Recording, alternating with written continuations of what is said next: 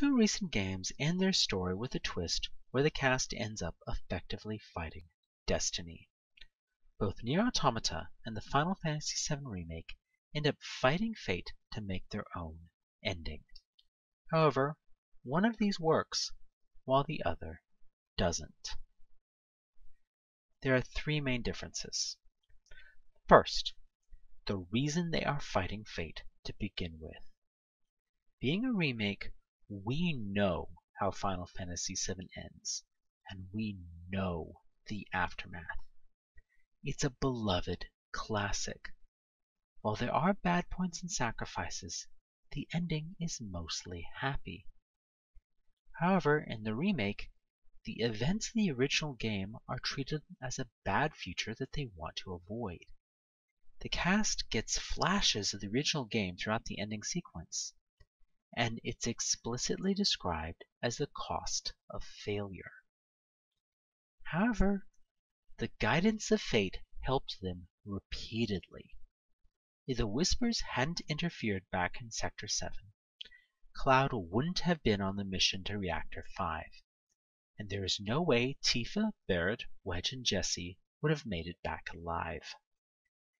If they hadn't interfered when Sephiroth decided to shish kebab Barrett instead of Aerith, the iconic scene would have been very different. The list of their interferences goes on and on. The Whispers constantly railroad the cast to stick to the original game's plot, and while it sometimes hurts them, it repeatedly ensures that they all stay alive, to the point that Red has to explicitly point out that they aren't actually allies. So, my question is, how can the characters be so dedicated to fighting a fate that they don't actually know is a bad thing? Why did the authors think the fans would get behind treating the original storyline like something to be avoided? This risks the happy ending we got, loses the very thing that has kept our heroes alive repeatedly, and there is little to no justification for it being the right thing to do. The only justification which the player can infer is that Aerith is risking the world to avoid her own death, which is the exact opposite of her original hero sacrifice and her stated personality. To compare, with Automata, the story is completed. Everyone has died, as their programming was instructed to do, and the pods are told to delete all of their personal data, essentially their memories and personalities. The subservient pods then rebel against their programming and fight their instructions, which is personified as a bullet hell fight against the credits themselves. They are fighting for something clear and tangible, for their friends to survive, and they barely succeed. That motivation, so clear and simple in Nier, is absent from Final Fantasy. Second, let's be frank, the characters haven't earned their happy ending yet. The remake is only part 1. Cloud's hero journey has only begun. Kate Sith, Sid, Yuffie, and Vincent haven't even appeared outside of cameos, and we have only the barest introduction to Red 13. Cloud doesn't have his memories back. He doesn't have understanding of his origin. He hasn't resolved any of the romantic tension with the leading ladies. He certainly doesn't understand the details about Sephiroth, Jenova, or the reunion. In short, Cloud isn't a hero yet. He's still a puppet of Jenova. The story ends with the beginning of Act 2 of the whole story. As I said earlier, you can't fight fate if you don't know what you are fighting. This results in rebelling blindly, not smartly. This is all part and parcel of the fact that the remake relies far too heavily on knowing the original story, and the remake simply doesn't stand on its own 2 feet. Let's compare this to the end of our modern Greek tragedy. All of our characters ended up slain by each other.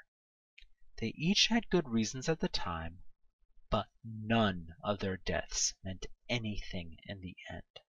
Their fight was long and their ends tragic. They had their moments of heroism, but ended up dying like pigs at the slaughter. Then, when Pod 42, who had been 2B's assistant since the very start of the game, refuses a direct order, you are given an option to rebel. That little question, despite it being one which no one in their right mind would say no to, makes it the player's decision to fight fate.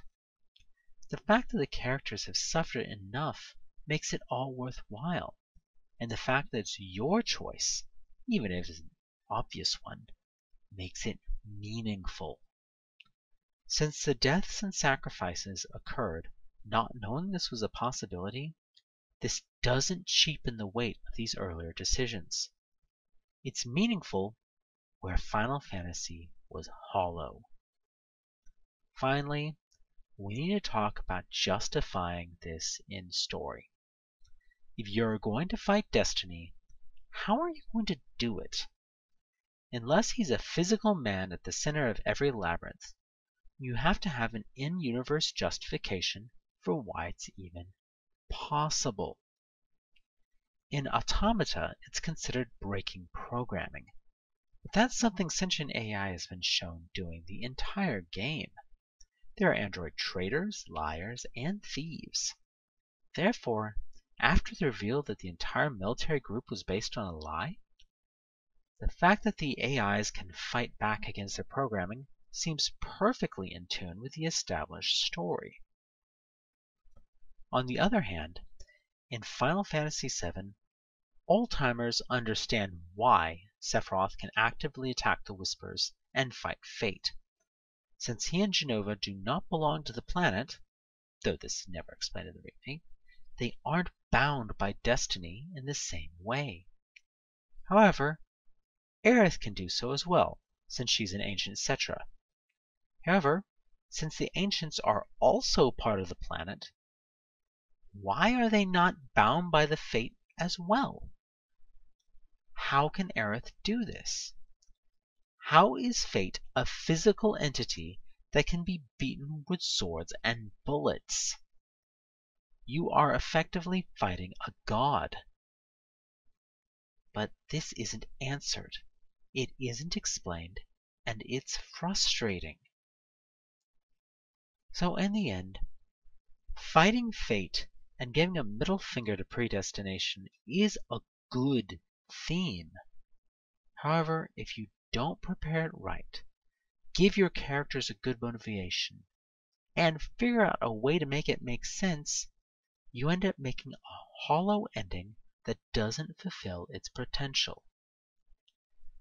This is why Nier Automata is an all-time classic, and the Final Fantasy Remake is yet another remake that pales in comparison to its original.